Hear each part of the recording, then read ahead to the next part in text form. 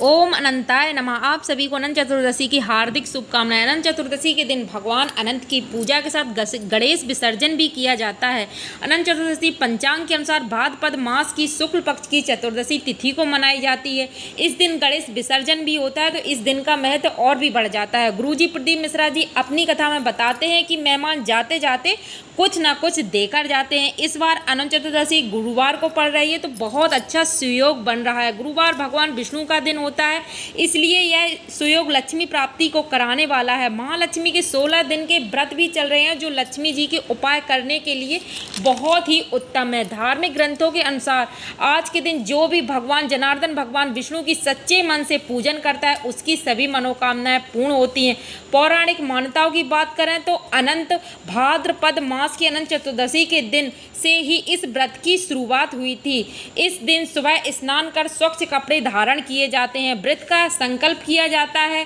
मंदिर में गंगा जल का छिड़काव कर चौकी लगाकर भगवान विष्णु की प्रतिमा या तस्वीर की स्थापना की जाती है। इस दिन शेषनाग की पूजा की जाती है। कहीं कहीं पार्थिव शेषनाग मिट्टी से बनाए जाते हैं, तो कहीं कुश से शेषनाग बनाए जाते हैं और बांस की टोकरी में स्थापित किए जाते हैं। इसके बाद धूप दीप चंदन अष्टगंध पुष्प अक्षत से पूजन कर भगवान विष्णु को चंदन का तिलक लगाकर मंत्रों का जाप किया जाता है। इस दिन भगवान को पीले फूल पीले फल पीले मिष्ठान गुड़ अर्पित किया जाता है। पीले वस्त्र स्वयं धारण। इस दिन 14 पुए का भोग बनाकर भगवान का भोग लगाया जाता है और 14 पुए का प्रसाद के रूप में स्वयं खाए जाते हैं। 14 ग्रंथि का अनंत सूत्र की पूजा कर भगवान को समर्पित किया जाता है। दूध दही से इस दिन चरणामृत बनाया जाता है, जिसमें पंचमेवा तुलसी के पत्र से निर्मित किया जाता है। धूप दीप करने के बाद कथा कही सुनी जाती है। इसके बाद अनंत सूत्र हाथ में लेकर चरणामृत के पात्र में घुमाते हुए एक कहानी कही जाती है, जो इस प्रकार है। गंगा जी में का ढूंढे अनंत वर पाए ध्याय तब पाए। यमुना जी में का ढूंढे अनंत पर पाए ध्याय तब पाए। सरयू जी में का ढूंढे अनंत पर पाए ध्याय तब पाए। सब तीर्थों में का ढूंढे अनंत पर पाए ध्याय तब पाए। इसके बाद आरती कर प्रसाद दिया जाता है और स्वयं प्रसाद लिया जाता है। ब्राह्मण इत्यादि को भोजन कराकर दक्षिणा देकर स्वयं पुए का प्रसाद ग्रहण किया जाता है।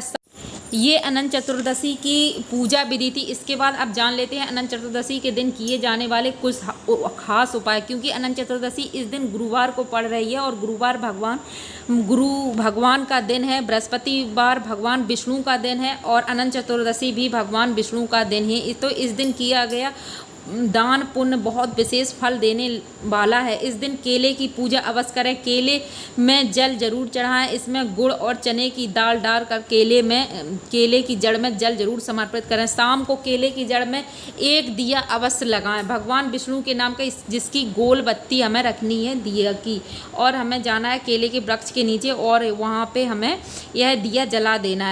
इस दिन गाय को लोई में थोड़ी सी हल्दी और गुड़ और चने की दाल रखकर खिलाना भी बहुत शुभ माना जाता है।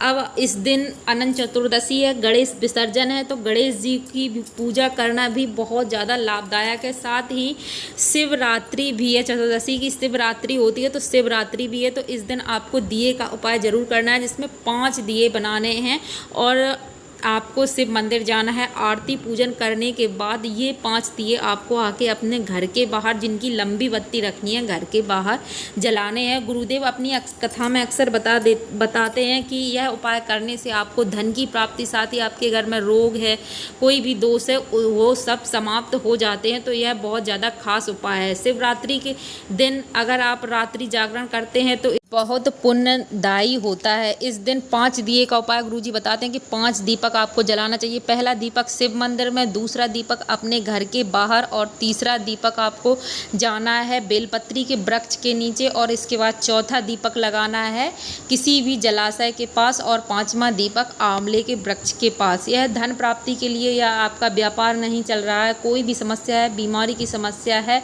या किसी भी तरह की समस्या है, उसमें अवश्य लाभ देता है यह उपाय। तो मिलते हैं ऐसे ही दूसरे वीडियो में, तब तक के लिए श्री शिवाय नमस्तुभ्यम।